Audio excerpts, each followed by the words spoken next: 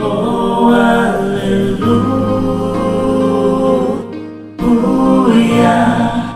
prometeu-me dar vitória.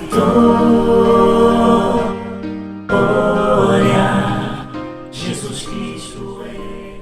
Agradecer profundamente a Deus por hoje o Espírito Santo de Deus me trazer neste lugar, um local bastante abençoado, não obstante das condições, mas nós acreditamos que aqui a presença de Deus.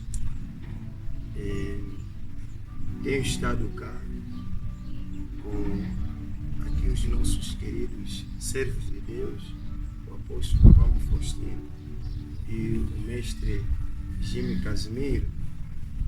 Tem sido uma boa experiência estar com eles e nos conhecemos já há bastante tempo.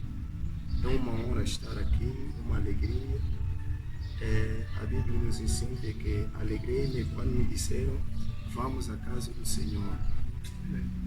Dormi, acordei e Deus disse que vai naquele lugar. E cá hoje estou congregando com os amados. Sinto-me bastante feliz estar diante de vocês.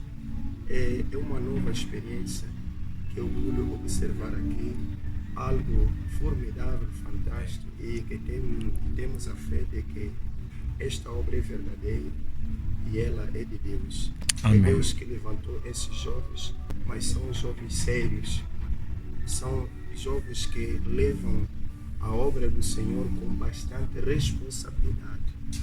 E isso me alegra bastante, desde o primeiro dia que eu os conheci, compartilhando com eles a palavra de Deus, a formação teológica, realmente tem sido uma boa experiência. Então, de agradecer também ao nosso apóstolo por este momento, ao nosso mestre Jimmy Casimiro, que Deus continue a abençoar grandissimamente a esta obra, a vossa vida, a vossa família, e não também porque Deus abençoar a este povo que de uma forma incansável tem estado aqui para buscar primeiramente o reino do Senhor. Amém. Amém. Amém. Muito obrigado. Em 3 ou em 4 meses eu tenho visitado a esta casa. Muitos me conhecem, muitos também não me conhecem. Amém? Eu estou com o irmão Mavambo há muitos anos. Há muitos anos. Eu só ando atrás dele porque ele tem um Deus, tem algo que ele colocou que eu também não sabia, que eu depois acabei de aprender. E onde ele vai, eu gosto de lhe seguir. Amém, igreja? Amém. Eu sou Salvador Antônio, congrego numa das igrejas, muito bem conhecido, cá na província. Sou um obreiro também.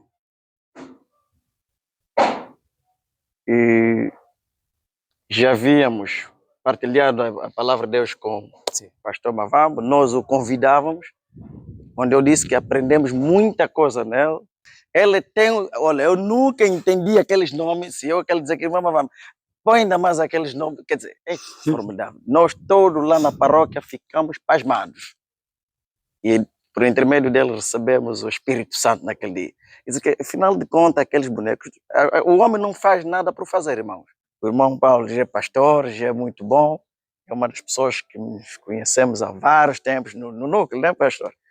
No núcleo começamos aqui sem condições, mas hoje estamos onde estamos a ir. E eu tenho hora por também lhe orar, e qualquer um de vocês estão aí. Então, vamos trabalhar para Deus, e orarmos o nosso apóstolo. Eu assisto muito os vídeos dele, ele manda, o irmão também que ele faz manda. Eu acompanho tudo no local do trabalho. E eu, quando estou cá, a minha primeira intervenção é de vos visitar. Mas o que temos que lutar, aqui Deus está aqui, irmão. Amém. Deus está aqui. O apóstolo tem dado ensinamento, mas eu vou lhe dizer uma coisa. Não despreza esse lugar. Amém. Não despreza esse lugar. É só você focalizar porque é que Jesus nasceu no curado de porco. Vais entender já. É só entender isso. Então, muito obrigado, pastor. Deus abençoe. Amém. Estamos juntos. Deus abençoe. Obrigado. Uma salva de palmas, por favor. Graças a Deus.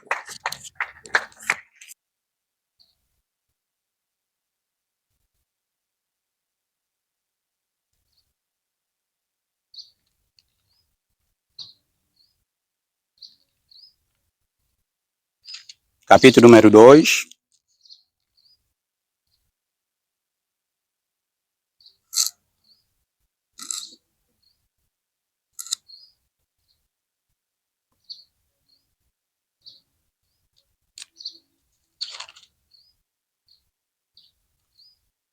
Verso 42.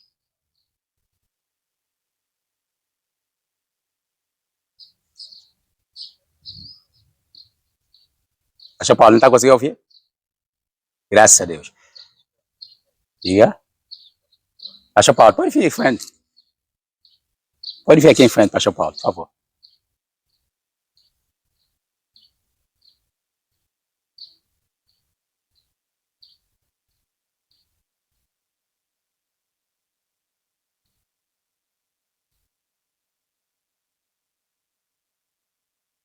Que Deus seja louvado por tudo, amém? Nós agradecemos a Deus por esse momento que Ele nos concedeu de estarmos aqui. É sempre um grande prazer poder estar aqui nesse lugar e é um privilégio poder estar aqui. Que Deus seja louvado pelas nossas vidas. Que Deus seja louvado por todos que estão aqui pela primeira vez. Pastor Paulo, mãe do mestre Casimiro. Deus seja louvado. Acho que depois vamos fazer uma apresentação aqui. Isso é muito bom. Atos, capítulo número 2, verso 42. Gostaria que lêssemos todos nós. Podemos ficar em pé, por favor? Vamos ler todos nós. 1, 2, 3. E perseveravam na doutrina dos apóstolos, e na comunhão, no partir do pão e nas orações. Em cada alma havia temor, e muitos prodígios e sinais eram feitos por intermédio dos apóstolos. Todos que creram estavam juntos e tinham tudo em comum. Vendiam as suas propriedades e bens, distribuindo o produto entre todos, à medida que alguém tinha necessidade. Diariamente perseveravam unânimes no templo, partiam pão de casa em casa e tomavam as suas refeições com alegria e singeleza do coração. 47. Louvando a Deus e contudo, graça de todo o povo. sim, E cada dia acrescentava-lhes o Senhor os que iam sendo salvos. amém. Pode se assentar, por favor. É versões diferentes aqui.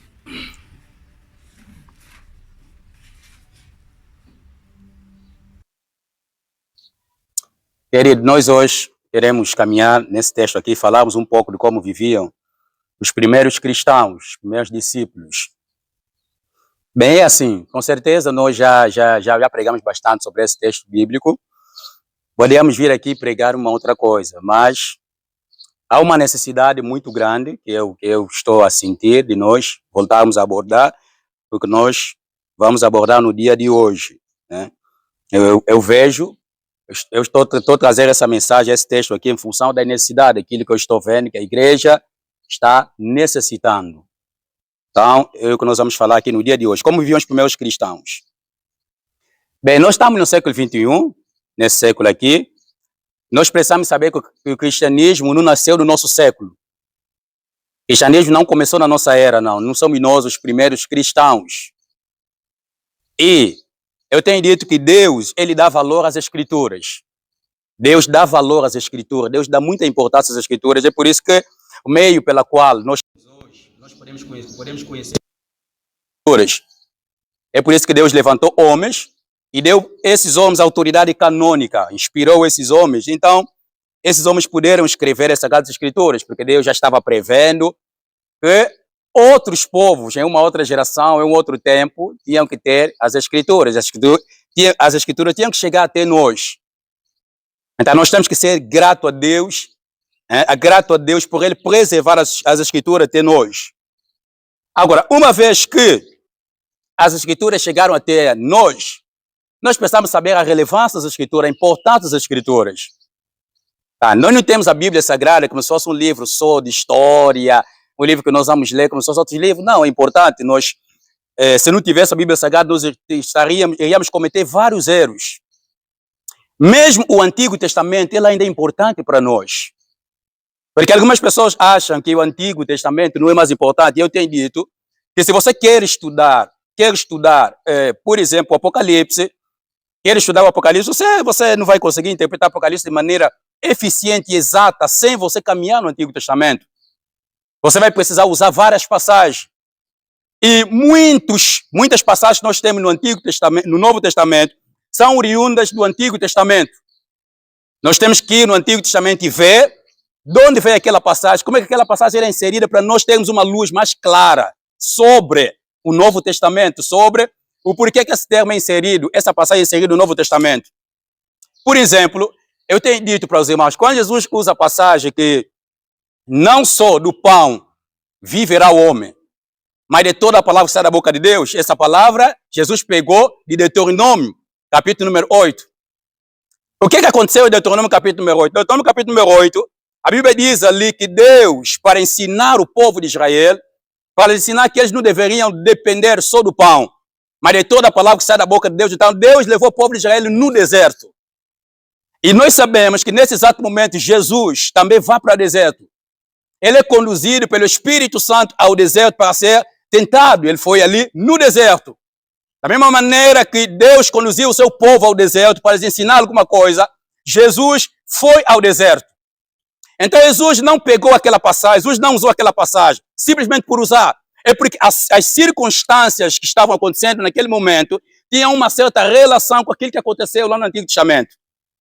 Como é que vamos ter uma luz mais clara sobre isso? Conhecendo o Antigo Testamento, conhecendo por que aquele termo foi inserido lá.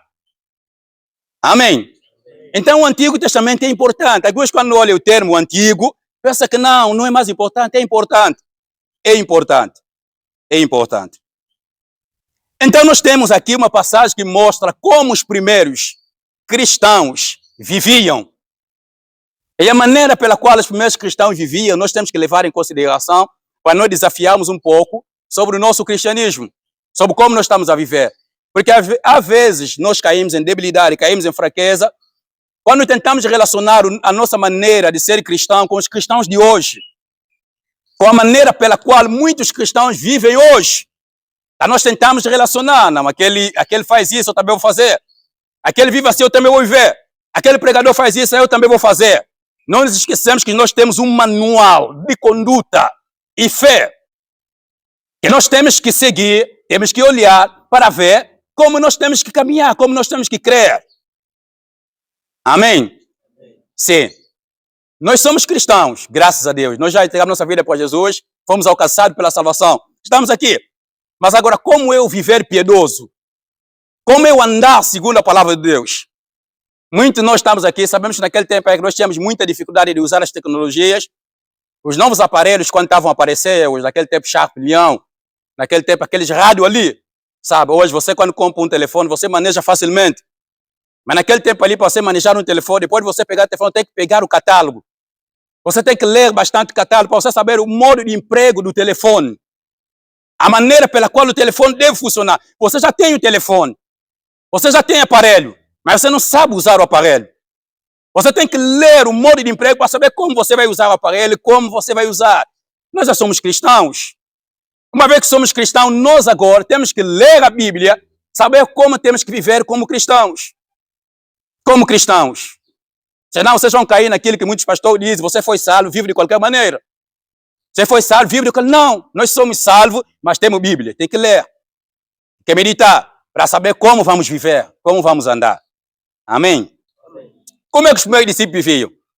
Os meus discípulos, depois de ouvir a grande pregação de Pedro, né? Pedro pregou aqui e eles foram salvos.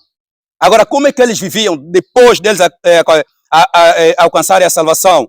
Versículo número 42, Bíblia diz, e perseveravam na doutrina dos apóstolos. Primeira coisa que eles faziam, que esses primeiros discípulos faziam, era perseverar nos apóstolos. Olha, a doutrina e a oração, em algumas partes da Bíblia, está ali, está sempre ligado com o termo perseverança. perseverança. Você vai encontrar bastante. A oração, mesmo que o termo perseverança não venha enfatizado ali, mas você pode entender ao mais a fundo que está sendo enfatizado perseverança. Quando a Bíblia diz que nós temos que orar em todo o tempo, está a dizer que nós temos que perseverar. Quando a Bíblia diz, a Bíblia diz, não cessam de orar, orai sem cessar. A Bíblia está querendo dizer que nós temos que perseverar. Nós temos que perseverar porque nisso aqui nós podemos nos desviar. E a primeira coisa que ele diz é que eles perseveram na doutrina dos apóstolos. E nós sabemos que na bibliologia, lá na teologia, nós aprendemos que a doutrina dos apóstolos também é um dos termos atribuídos à doutrina de Cristo. A doutrina de Cristo. Então a doutrina dos apóstolos não era uma doutrina que eles inventaram. Não é que do pé para a mão eles inventaram uma doutrina, inventaram alguma coisa e foram pregando. Quando nós lemos, por exemplo, em 1 Coríntios, capítulo número 15, quando Paulo estava ali a falar sobre a doutrina da ressurreição, tem uma passagem muito linda, muito bonita que Paulo disse ali. Paulo diz ali que aquilo que eu vos anunciei e aquilo que eu recebi do Senhor. Paulo está dizendo, eu não estou a inventar nada. A doutrina da ressurreição que eu estou a mostrar para vocês, que eu estou a pregar, é o que eu recebi do Senhor. Então nós temos que entender que os apóstolos, quando pregavam, quando eles transmitiam a doutrina, era aquilo que eles recebiam do Senhor. Amém? Amém, irmãos? E nós temos que entender, queridos irmãos, que as primeiras pessoas que receberam a palavra, aqueles que tiveram mais próximo de Jesus, nós temos que olhar essas pessoas com uma atenção diferente. Porque nós estamos muito distante do primeiro século. Nós estamos muito distante de Jesus. Nós tínhamos que aprender a olhar os primeiros cristãos de maneira diferente, com um olhar diferente, pegar eles como modelo, como exemplo, porque eles estiveram mais próximos de Jesus. Mais próximos de Jesus. Amém? Então, perseverar na doutrina dos apóstolos. E o que é que nós temos que fazer com isso? Nós também temos que perseverar na doutrina dos apóstolos. Nós temos que perseverar naquilo que Jesus Cristo disse. Isso não significa que um dia nós não vamos ouvir alguma coisa. Se o termo perseverança é usado aqui para ligar a nossa posição diante da doutrina dos apóstolos, significa que não será fácil. Não será fácil. Alguma vez nós podemos ouvir alguma coisa, podemos ouvir uma coisa que talvez pode, em certo sentido, confrontar alguma coisa que nós conhecemos, mas nem por isso temos que dizer que é verdade. Vocês estão me entendendo ou estão atentos aí no nosso movimento? Estão me entendendo, irmãos? Amém? Graças a Deus. O meu primo ou meu tio ouviu mensagem do Cacó Filipe. Me disse, mas vamos, você tem que ouvir aquele ali, porque aquilo é muito forte. Eu disse assim no meu primo, cuidado. Nem sempre quando você ouve alguma coisa que passa a tua inteligência, é porque aquilo é verdade. Alguns de vocês ainda não tiveram um grande confronto com falsos profetas. Ainda não foram confrontados aos extremos com falsos profetas. E muitos de vocês, no dia que vocês forem confrontados com aqueles que são verdadeiros falsos, você é capaz de questionar aquilo que você conhece. Aquilo pode mexer um pouco a estrutura daquilo que você conhece. Mas nem por isso você tem que dizer que é verdade. Você tem que estar preparado ao ponto de ouvir qualquer coisa e ainda dizer que a Bíblia é verdade. A palavra de Deus é verdadeira. Agora você não, quando ouve alguma coisa que mexe a estrutura, que mexe você diz, não, eu acho que isso aqui está verdade. Não, não é verdade, isso aqui é a verdade. Não, não é verdade, não. A verdade é a Bíblia, independentemente da tua fraqueza. Independentemente de você não entender a Bíblia de maneira profunda, a Bíblia é a verdade e vai continuar a ser a verdade. Mesmo se vocês todos se desviarem, mesmo se vocês todos abandonarem Deus, a Bíblia vai continuar a ser a verdade. A verdade não é verdade porque nós cremos nela. A verdade não é verdade porque você prega. A verdade é verdade já no singular. Mesmo se existir um único crente em Cabinda, um único crente, é ele que está com a verdade. Estará com a verdade. Amém? Então nós temos que perseverar na doutrina dos apóstolos. Muitos de vocês estão aqui em Cabinda, mas daqui a 2 anos, 3 anos, vocês vão viajar. Vocês vão ter a oportunidade de ir em outros lugares, vão viajar para outros países. Devem ter muito cuidado com falsos profetas. Vocês vão viajar em países e você também não vai encontrar cristianismo tão sério. Você vai encontrar pregadores mais levianos. O que você vai fazer? Você tem que pensar, mesmo se você estiver lá sozinho.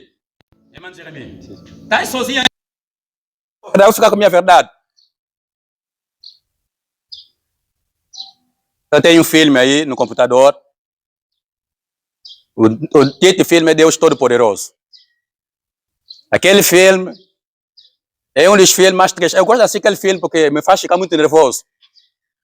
Porque do jeito que conversaram aqueles teólogos lá, aquelas teólogas lá, quer dizer, foram tão leviano, tão leviano. Eles apresentaram um outro livro, que aquele livro serve como meio de interpretação para a Bíblia Sagrada. O livro de Deus Todo-Poderoso. Então eles começaram a questionar aquilo que eles criam. Até teólogos. Eu sabia que tem mesmo teólogo mesmo também que são convencidos falsos profetas. Sabiam disso? Você não pensar que só porque alguém é teólogo, então não pode. Tem pessoas que vão passear nas escolas teológicas. Quando vem um falso profeta, ele convence. Tacou Filipe a queimar certificado de teologia. Convence teólogo e queima certificado. É fácil entender isso. Porque tem muita gente que vai na escola, não estuda. Tem muita gente que vai na escola, é grande cabulador. Tem muita gente que vai na escola, no certificado tem 19, mas na cabeça tem 0. É fácil entender isso, hein, pastor Paulo? É fácil entender. É por isso nossos alunos que estão aqui no seminário teológico, irmão, você não se tem que nos castigar, mas é assim que tem que ser. E se você quer fugir, foge. Porque nós não vamos te dar certificado e você não sabe nada. Porque não digo que vão te confrontar lá, vão queimar nosso certificado. Você acha que eu vou ficar feliz? Eu sou diretor da escola. Vou ouvir, tem um jovem que passou no seminário teológico Marco Batista, lhe conversando, faço foto e queimaram o certificado. É proibido bater, senão ia agarrar essa pessoa e esconder no quarto. Porque é uma pouca vergonha. Hein, Mano Júnior?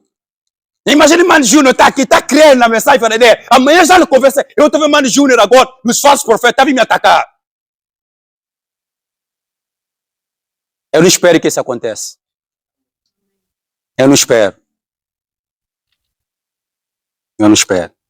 Você tem paz com aquilo que você conhece? Tem mesmo paz com aquilo que você conhece? Tem mesmo paz? Você crê mesmo naquilo que você conhece? Tem mesmo paz? Se você não tem paz, irmão, um dia que você vai se encontrar com os verdadeiros falsos, vão mexer, vão desestruturar aquilo que você conhece. Você acha que no primeiro século não havia falsos profetas? Havia falsos profetas, muitos. Muitos falsos. Mas eles perseveraram na doutrina dos apóstolos. Eles continuaram a crer naquilo que os apóstolos ensinavam. E nós temos que fazer isso. Nós temos que fazer isso. Amém? Eles pensaram na doutrina dos apóstolos e na comunhão. Uma das coisas que havia no primeiro século entre os cristãos era a comunhão. Os crentes do primeiro século tinham comunhão uns aos outros. Os primeiros séculos tinham comunhão. Outro irmão se dava com outro irmão se dava com outro. Havia relacionamento entre eles. Por quê? A comunhão também é muito importante para a nossa estabilidade com Deus.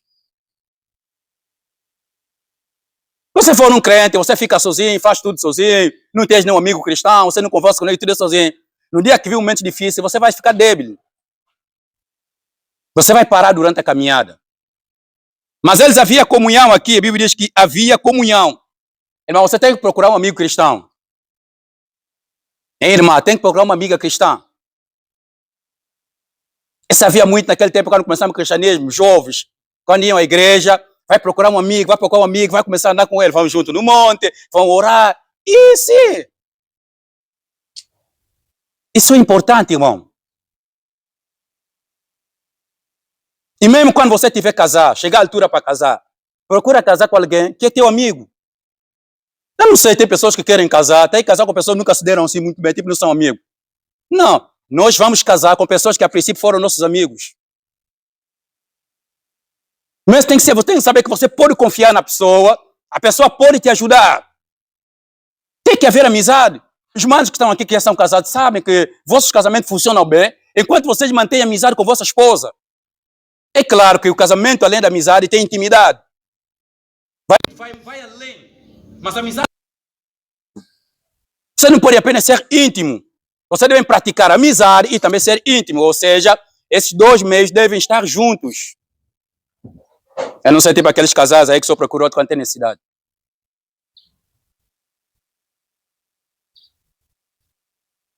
É muito bonito quando você vê pessoas que se amam, estão a brincar, estão à vontade. É muito bonito isso. Muito bonito. Agora outros casais bem nervosos, outros andando no canto dele, nunca andaram juntos. Então eles perseveravam também na comunhão. Até na comunhão eles perseveravam. Sabe por quê? Porque pode existir um momento onde a nossa comunhão pode ser colocada, pode chegar um momento onde vai ser difícil nós mantermos a nossa comunhão. E ali nós temos que perseverar. Até a comunhão, o termo que nós temos atribuído aqui à comunhão é também perseverança.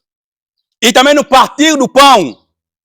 Na igreja primitiva gostava, eles tinham aquelas coisas de partir, fazer ceia. Não estou falando da Santa Ceia, estou falando da ceia. Porque ceia pode significar comer. Nós estamos a ceiar, né? Quando nós nos encontramos entre nós cristãos e estamos a partilhar alguma coisa que nós estamos a ceiar. Mas Santa Ceia é diferente. Né? É diferente. Então, eles tinham o hábito de poder repartir o que eles tinham, comer juntos. Nós, os crentes hoje, tem crentes que quando o crente vai lhe visitar, escolhe comida. Não, bem, vamos equilibrar também. Também tem aqueles irmãos que dão cabo de comidas alheias. Tem sempre em casa, mas quando chega lá, dá mesmo cabo. Mesmo quando você está comendo em casa, ele tem que comer equilibrado, irmão. Tem que estar equilibrado, porque você tem que saber que o outro também tem que comer. Amém, irmãos? Nós temos uns amados que são uma benção. Se ele dá comida, vai acabar. Então isso ali, isso não é, você não está sabendo repartir. Porque saber repartir é quantidão, você também tem que saber que tem que deixar para outro. Não é acabar tudo com a mesma hora e pronto. Então eles repartiam o que eles tinham. Quem tem, dava aquele que não tinha. E nós temos que fazer isso, também temos que praticar isso. E isso aqui hoje, principalmente os pastores que têm muito dinheiro, dificilmente fazem isso. Dificilmente fazem isso. Tem até dinheiro para criar a empresa dele, negócio dele, mas tem crentes lá morrerem com fome. Morrerem com fome. Você pode acreditar que igrejas bonitas, grandes, tem pessoas que passam mal de fome. Você acha que na igreja primitiva isso iria existir? Quando um pastor prefere comprar carro e deixar alguém com fome, ele está fazendo o quê? Quando um pastor prefere priorizar a viagem dele e deixar os outros com fome, ele está fazendo o quê? Mas nós temos pastores assim. E muitos de vocês lhe chamam de pastor. Nós temos que começar a entender o que significa ser pastor. E algumas pessoas, é bom você deixar de atribuir esse nome a pastor. Tem pessoas que eu não chamo de pastor, eu chamo de senhor. Tipo, tem uma igreja aqui em Cabinda, muito bonita, muito organizada. Eu vi recentemente, ontem, também já criar um instituto teológico.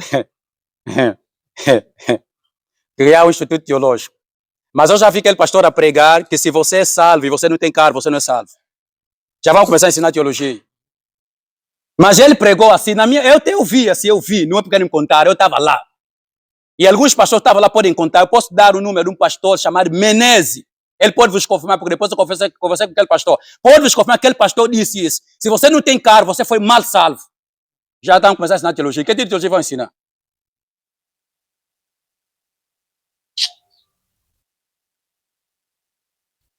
Ah, vocês que se atrapalham com o conceito bonito, vão morrer. Vão morrer. Vão morrer. E nas orações? Eles perseveravam também nas orações. Irmão, eu estou muito preocupado com todos nós. Estou muito preocupado na questão de oração. Sabe, tratar a santificação sem tratar a oração é muito complicado. Porque a pessoa vai dizer, não vou fazer, mas se ele não começar a orar bastante, ele não vai conseguir. Porque quem nos dá força para nós vivermos santificação é Deus, mediante a comunhão com Ele. Nós estamos num século muito difícil, irmão. Muito difícil. E as reuniões de oração são reuniões mais que pessoas. E você tem que fazer o seguinte. Você tem que fazer o seguinte de modo particular. Se todos não querem orar, procura alguém para começar a orar juntos. Se você já tentou, em conjunto, procurar orar, em conjunto, procura uma pessoa, comece a orar junto. Eu aqui tem uma irmã, Mana Marilene com Mana Odete. Formaram um pequeno grupo deles. Eles vêm sempre até vigiar aqui, fazer oração, vão no monte. Isso é bom. Você não pode ficar estagnado assim. Agora, muitos de nós estamos só dormir, acordar, ir na escola, trabalhar, ir na escola, trabalhar, dormir, acordar, ir na escola, trabalhar. Assim é cristianismo. E o problema, o mais grave, sabe o que? O mais grave é o conformismo. O mais grave é quando deixamos de lutar, talvez deixamos de lutar. Já não estamos a lutar, não estamos a tentar se preocupar, não, tem que orar mesmo, tem que orar, tem que orar mesmo, tem que orar. Eu garanto para vocês, irmão, vou vos dizer o que vai acontecer se nós não voltarmos a orar. Amanhã, nós vamos ficar débeis, fracos e podemos desistir.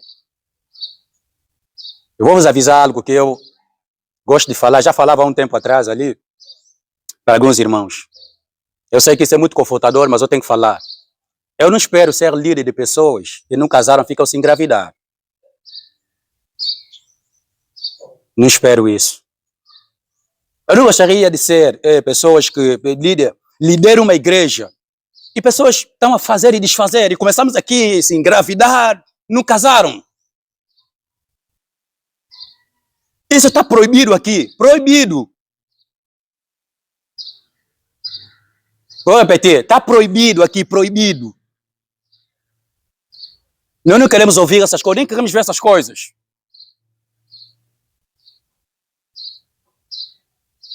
Eu sei que vocês querem para eu tentar equilibrar, não vou equilibrar.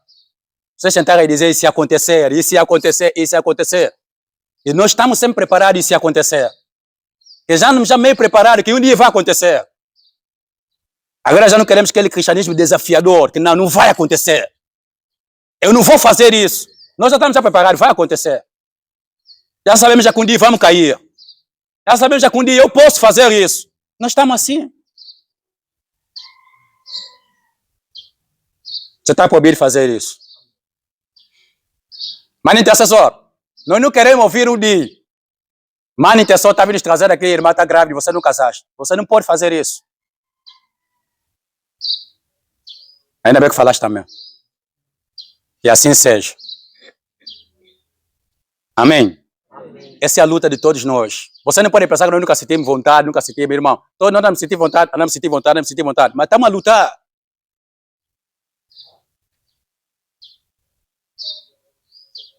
Então, vai com isso na mente. Nós não queremos isso, não queremos essas coisas. Devemos já avisar isso, mesmo Casimiro.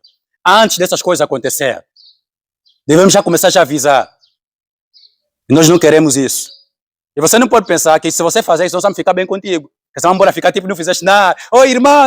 Não, irmão, você, quando isso acontecer, haverá a mesma diferença, mas devemos já te falar, haverá a mesma diferença.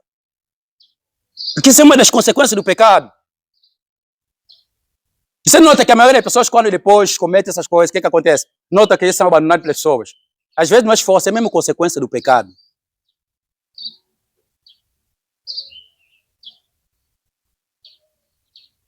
Versículo número 43. Então, nós temos que voltar a orar, irmãos. Temos que voltar a orar. Meu irmão, tem que voltar a orar. Mano Grandão, temos que voltar a orar. Temos que voltar a orar. Orar, irmão. Mesmo até no culto, nós sentimos que irmãos sempre nunca mais oraram. Você coloca um tempo, tem que dar de orar. Eu não consigo entender. Tem irmãos que não orar, eu posso ser de modo silencioso. Se modo silencioso, você pode orar de modo silencioso, irmão. Bem, dependendo da circunstância, né? Você pode. Mas você também está doente, você pode orar. Esteja à vontade. Nós aqui não obrigamos a saltar, pular, plantar bananeira, como dizem ali, no outro sítio. Mas, quando está a se orar com pessoas, você tem que orar mesmo. Agora você está no modo silencioso. Aqui mesmo está calado, está a orar, como que nós chamamos, embaixo do coração. Não está mais sentir que o irmão está a orar. E depois esse irmão fica muito atento nas orações dos outros. Você quando fica muito calado, você estamos a orar assim em conjunto. E você não está a orar, você vai ficar atento à oração dos outros. Você vai ouvir que aquele irmão orou aquilo. Pior se for o momento de confissão do pecado. O irmão confessou um pecado, você ouviste, porque você não está a orar. E aqui é proibido um dia, mesmo se você ouvir alguém que confessou pecado, é proibido você ir falar. Se você fazer isso, nós vamos te chutar da igreja. Como é possível, o irmão está confessando os pecados dele, está clamando, Deus está se derramando, você está a ouvir a oração e está aí fofocar. Porque o irmão está se derramando. Você pode fazer isso. Que tipo de igreja é isso que pode acontecer uma coisa como essa? Acha que deve manter uma pessoa assim na igreja? Até devia ir, irmão, dizer, irmão, muita força, continua a lutar. Mas vai pegar o que ele ouviu da oração e levar distante.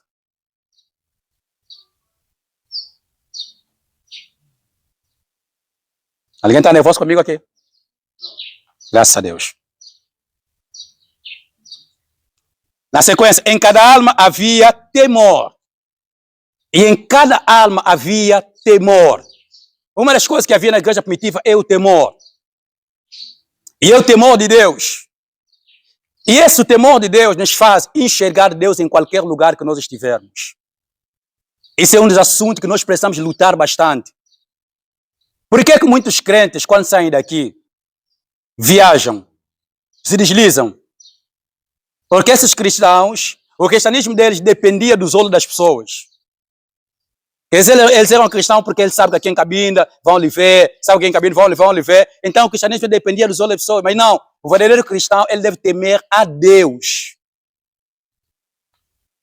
E a igreja primitiva, queridos irmãos, só era aquilo que eles eram, por causa do temor a Deus.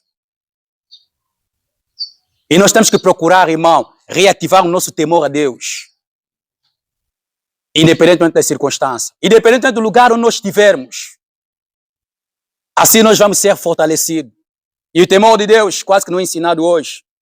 Eu não consigo entender, irmão, como é que o nosso cristianismo hoje, santificação não é ensinada, o temor de Deus não é ensinado. Como é que nós vamos vencer? Como é que vamos vencer? Essas coisas aqui, que eles eram chamar, querem dizer que é evangelho fraco, essas coisas ali, é evangelho fraco, são coisas que mostram o verdadeiro cristianismo. Que ensinam o verdadeiro cristianismo. Amém? Nós temos que verificar o nosso temor a Deus. Temos que fazer uma avaliação. Assim nós podemos ir em qualquer lugar, estar em qualquer lugar, viajar e ainda assim continuar a temer a Deus. Se isso não acontecer, irmão, nós vamos nos deslizar. E uma das coisas importantes aqui é que a Bíblia diz que em cada alma, ele fala de modo particular aqui, em cada alma que era ganho, cada alma havia temor. Você podia encontrar o temor de Deus na vida dessa pessoa, cada alma de maneira particular.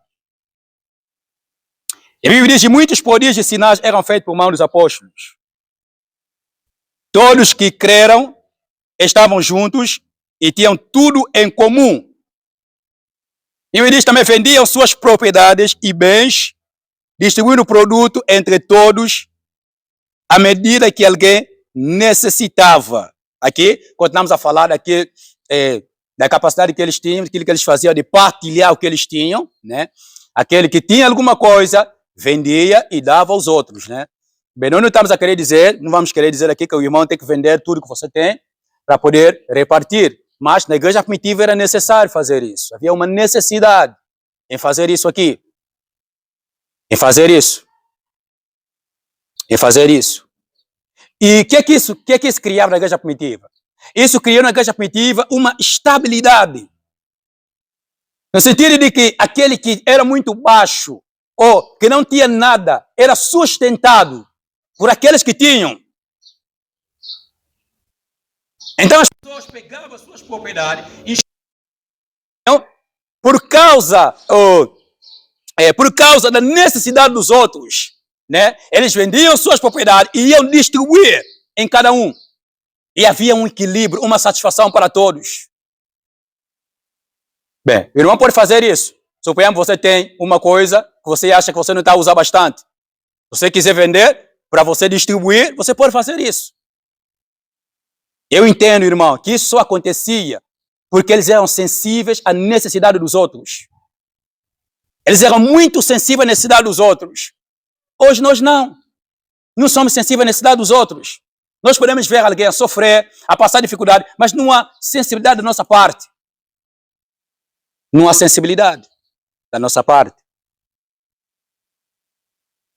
E nós devemos melhorar nisso também.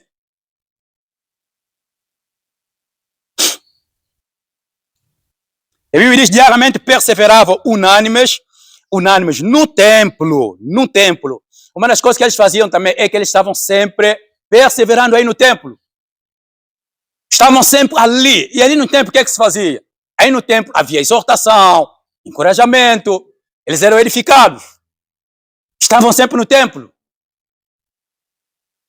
Nós podemos fazer um paralelo com Hebreus, quando a Bíblia diz que nós não devemos deixar de congregar, como é costume de muitos. Nós temos que olhar todos esses meios aqui como meios que fortaleceram a igreja primitiva, como meios que fez a igreja primitiva ser aquilo que eles eram. Porque nós às vezes só gostamos de olhar a igreja primitiva, mas não vemos o fundamento, aquilo que eles faziam, para que então para que acontecesse aquilo que aconteceu. Amém, irmãos? E eles perseveravam, e todos os dias eles se exortavam, todos os dias eles se encorajavam, todos os dias ouviam a palavra de Deus. E nós podemos também perguntar aqui, irmão, como é que está a nossa vida de meditação? Como é que está? Como é que está? A meditação. Se eles perseveravam todos os dias, irmão, porque todos os dias iam ouvir palavra. Bem, nós pode ser que não temos aquela oportunidade de estar todos os dias no templo. Mas agora, todos os dias nós temos que meditar. Temos que ler a nossa Bíblia. Eu não gosto muito de ver aqueles crentes ali que têm uma Bíblia bem bonita, nunca uma Bíblia bem limpa, uma Bíblia, como é que eu posso dizer? Bem bonita, não sei que é nova. Mas uma Bíblia que fez contigo 2 anos, está bem bonita. Não, não pode.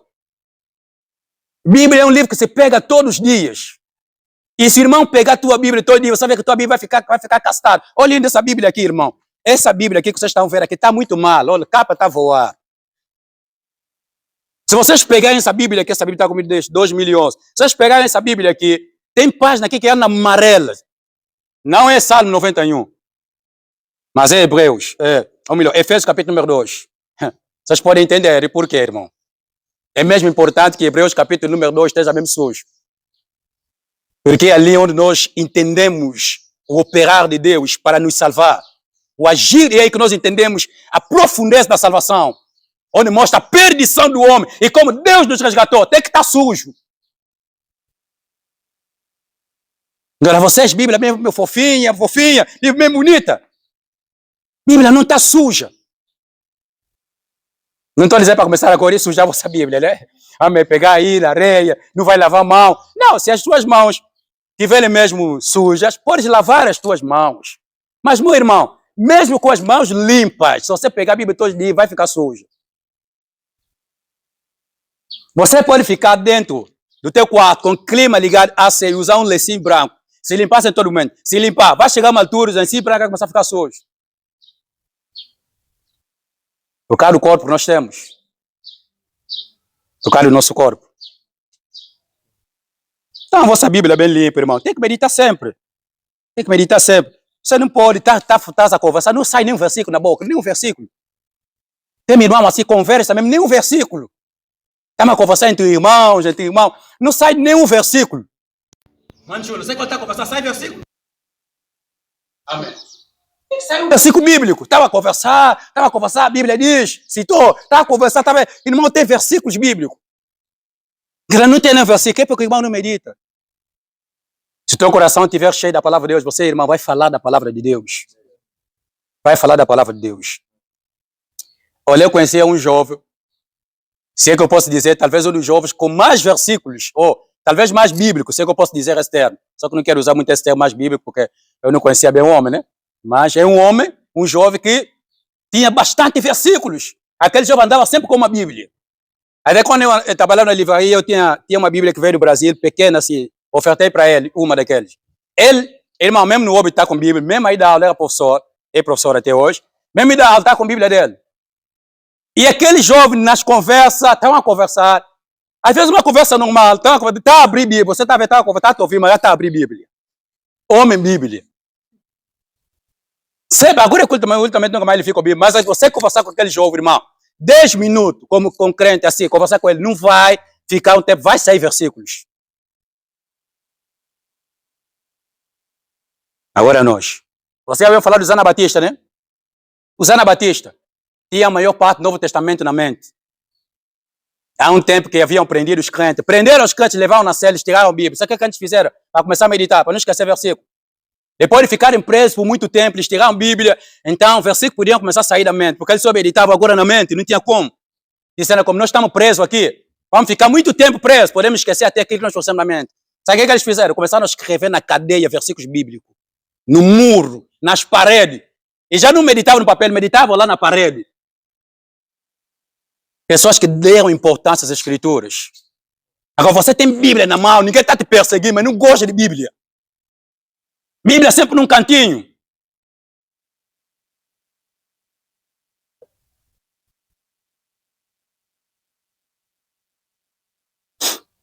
Amém? Temos que meditar, irmão. Temos que meditar. Temos que meditar. Temos que nos esforçar.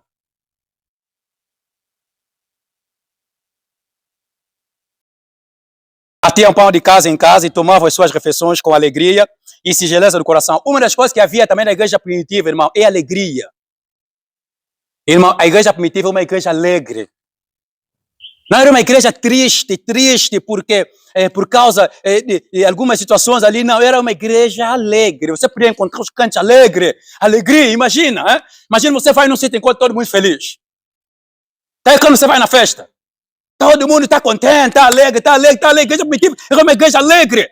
Mesmo se você fosse triste lá, só pela alegria que você ia encontrar, você ia sair alegre.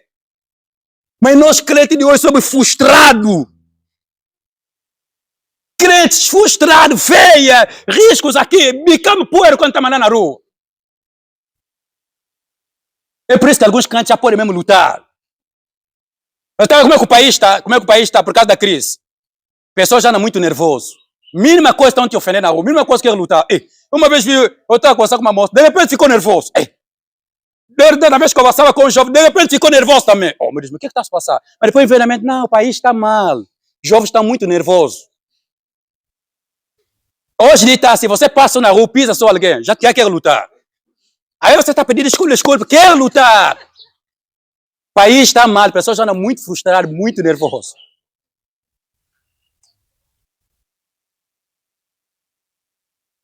Irmão, eu acredito que se trocasse a nossa geração com a primeira geração, mesmo com essa crise, eles ficariam felizes.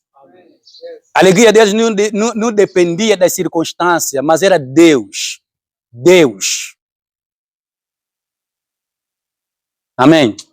Bem, eu não gosto muito de usar essas ilustrações ali desses filmes, porque muitos desses filmes são feitos pelos gracistas e tem muita coisa aí que eu não concordo. A maior parte dos filmes que nós assistimos são gracistas que fazem, sabe? Maior parte. Mas vou pegar uma pequena ilustração num filme ali, né? Vocês já assistiram Quarto de Guerra. E naquela cena, tem uma ilustração ali. Vocês viram, se eu perguntar para vocês, o que é que fez o casamento daquela moça mudar? Eu já fiz essa pergunta. Muita gente. Cada um foi dando argumento, mas eu, pelo que eu entendi, o casamento mudou quando ele entendeu que a alegria dele só vinha de Deus. Você podia ver o marido a maltratar, mas ela estava feliz. E podia fazer bem ao marido, mesmo até quando o marido estava a maltratar. E nós temos que ser assim. Nós temos que saber que a nossa alegria é Deus. Deus já não é mais nossa alegria. Nossa alegria é com o emprego. Se não tem emprego, está triste, está frustrado. Nossa alegria é com estudo. Se reprovou, está mal. Você pode ficar um pouco triste, mas não fica muito tempo triste. Pior quando nos negam. Só que babou e biçou. Quando nos nega, você está amado, te negaram. O mundo acabou. Você vai chorar, vai dizer onde? O mundo acabou. Irmãos que já lhes negaram, sabem. Quando você está amado e te negam, intima, anda a ficar uma forma.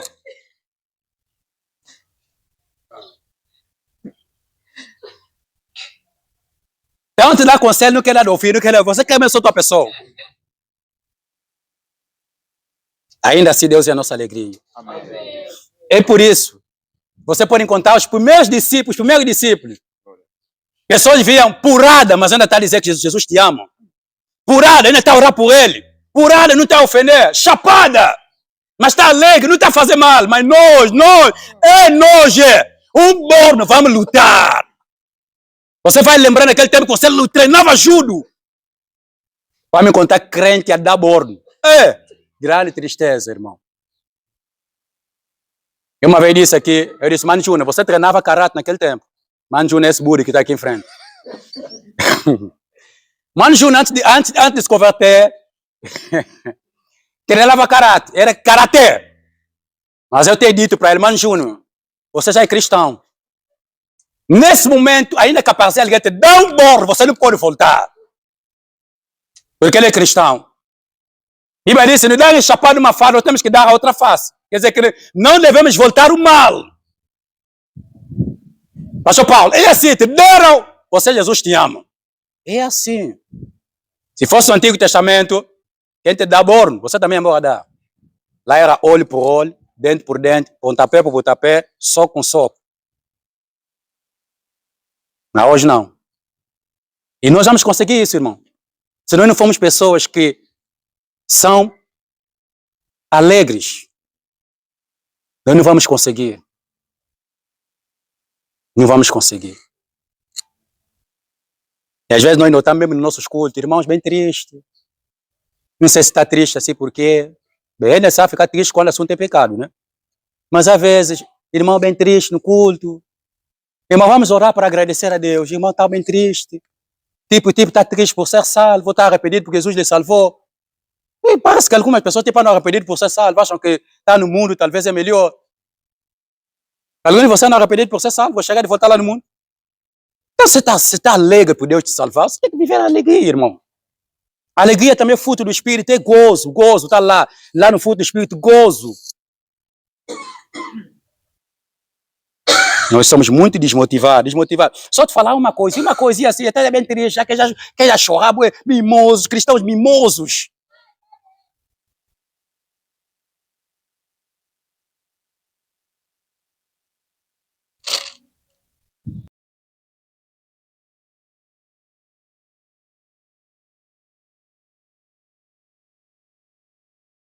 Beleza do coração.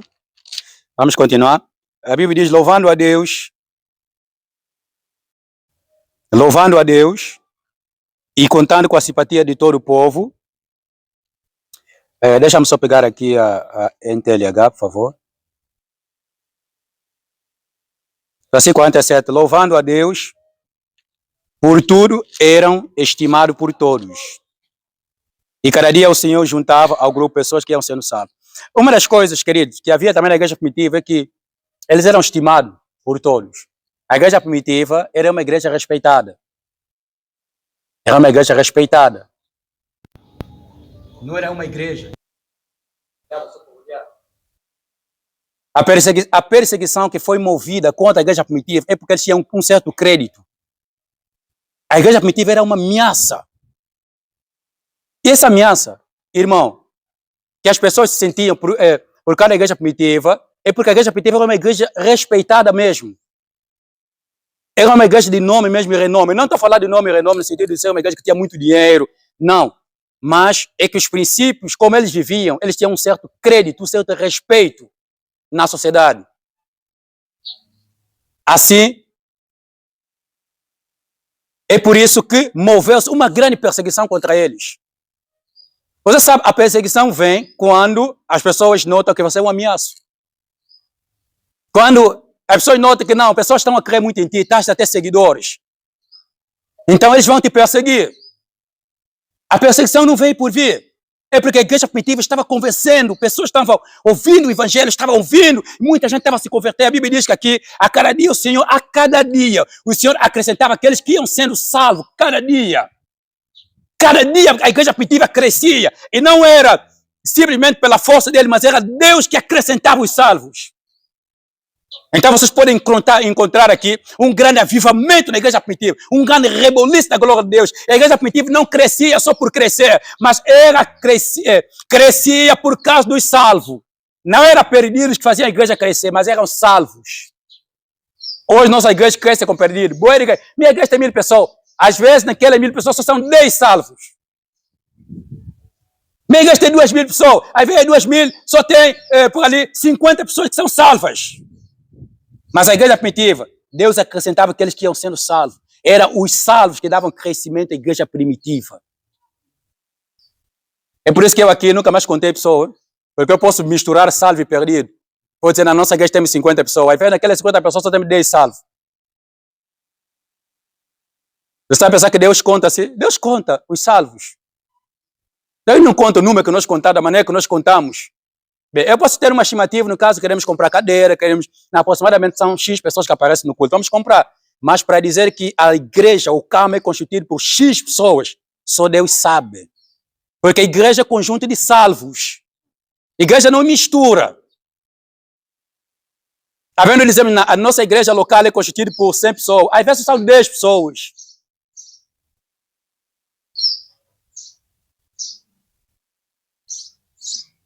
Nós temos que fazer o possível da nossa igreja ser respeitada.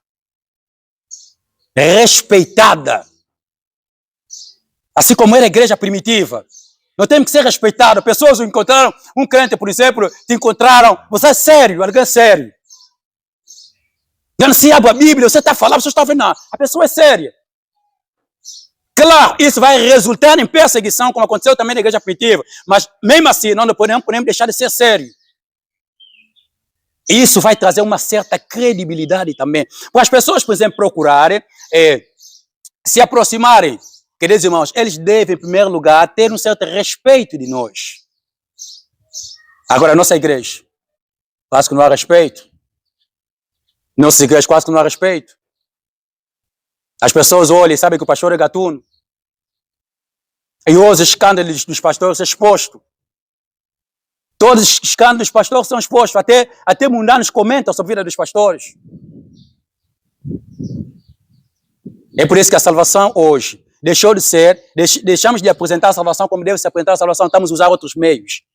Porque nós não estamos a conseguir ter um bom testemunho para que haja credibilidade. Nós estamos a usar outros meios. Outros meios é que igreja bem acabada, bonita, muitas luzes, uns cultos ali, fashion, um rap gospel, alguma coisa assim mexida para atrair a juventude. Uma tarde de cinema assim com um filme gospel que sai de beijo dentro do templo. Nunca viram isso? Então assistiram um filme de cinema dentro do templo. Tarde de cinema. E de repente lá a pessoa se agarra, o pastor fica atrapalhado.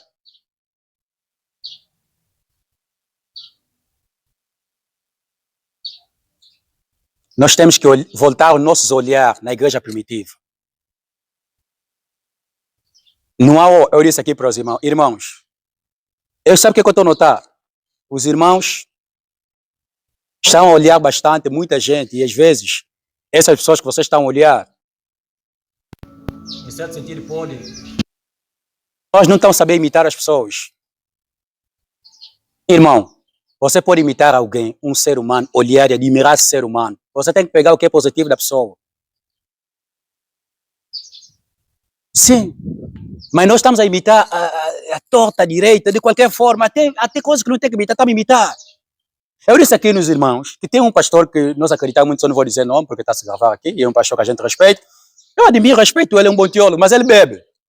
Bebe um bocado de vinho. Eu não dizer, eu posso lhe admirar, mas nunca vou beber vinho. Pode ser grande pastor, grande teólogo, eu não vou beber. Em Luanda tem alguns movimentos reformados que começaram a fumar. Por quê? Porque tem um grande homem de Deus no passado que em algumas fotos aparece com charuto. Então dizendo, não, aquele grande homem de Deus também usava charuto, então vamos fumar. Onde as pessoas estavam dizendo, aquele grande homem de Deus usava charuto, vamos fumar também. Aquele servo de Deus ali bebe, eu também vou beber. Agora Jesus fumava. Agora Jesus era um bêbado.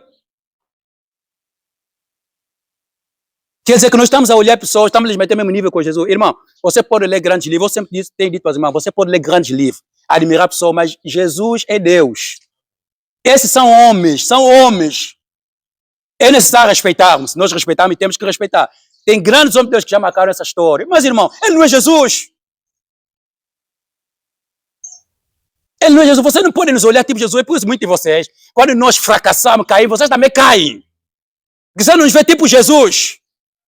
Ou não nos vê que nós somos Jesus. Nós não somos Jesus. Se nós fracassarmos, cairmos, tombarmos, continuem a vossa caminhada, irmão. Avançam. Amém? Amém. Eu, quando comecei o cristianismo, tinha algumas pessoas que eu admirava bastante. 2 grandes homens que eu admirava bastante. Grandes homens que eu admirava, e foi bom. Me ensinaram bastante o cristianismo sério, foi muito bom. Mas uma vez eu ouvi aquele jovem a discutir tipo criança no meio das pessoas.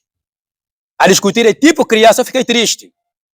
E naquele momento eu senti Deus falando comigo, vamos, eles são homens. São homens. São homens. Então Jesus é o modelo perfeito. Jesus é o modelo perfeito. Eu gostaria que nós voltássemos, olhássemos a igreja primitiva como modelo, como nós temos que viver, como nós temos que ser. Amém, irmãos? Feche teus olhos, nós vamos orar. Podemos ficar em pé, por favor?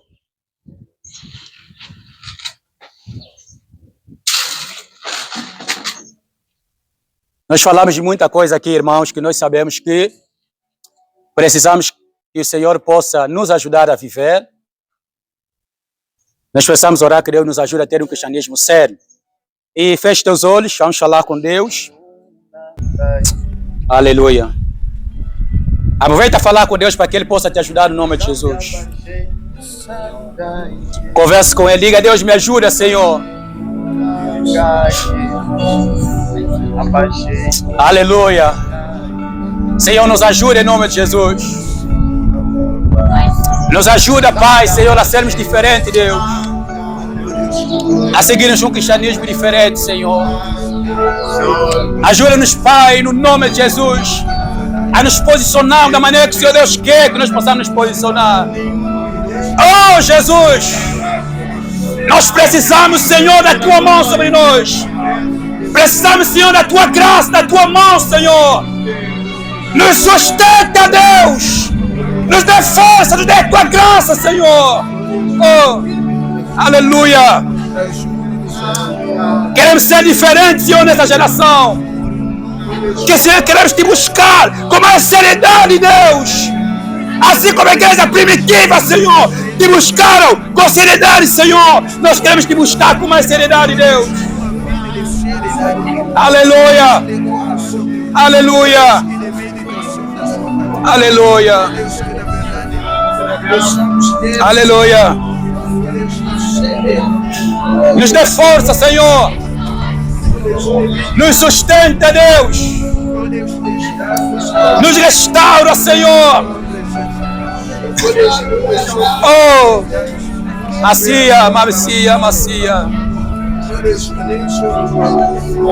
Tu és bom, Senhor. Nós queremos ter um cristianismo sério, Pai. E nós pedimos auxílio que vem da Tua presença, Deus. Pedimos auxílio que vem do Teu altar, Senhor. Nos ajuda, Deus. Nos ajuda, Senhor. Oh. Restaura-nos, Deus. Restaura-nos. Não queremos cair na fraqueza. Nos restaura, Senhor, em nome de Jesus. Nos restaura, Deus. Nos restaura, Senhor, no nome santo de Jesus. Nos dê um cristianismo autêntico, verdadeiro, Senhor, para a glória de Teu nome, Jesus. Aleluia. Aleluia, Senhor. Nós queremos viver em amor. Nós queremos viver em amabilidade. Senhor Jesus.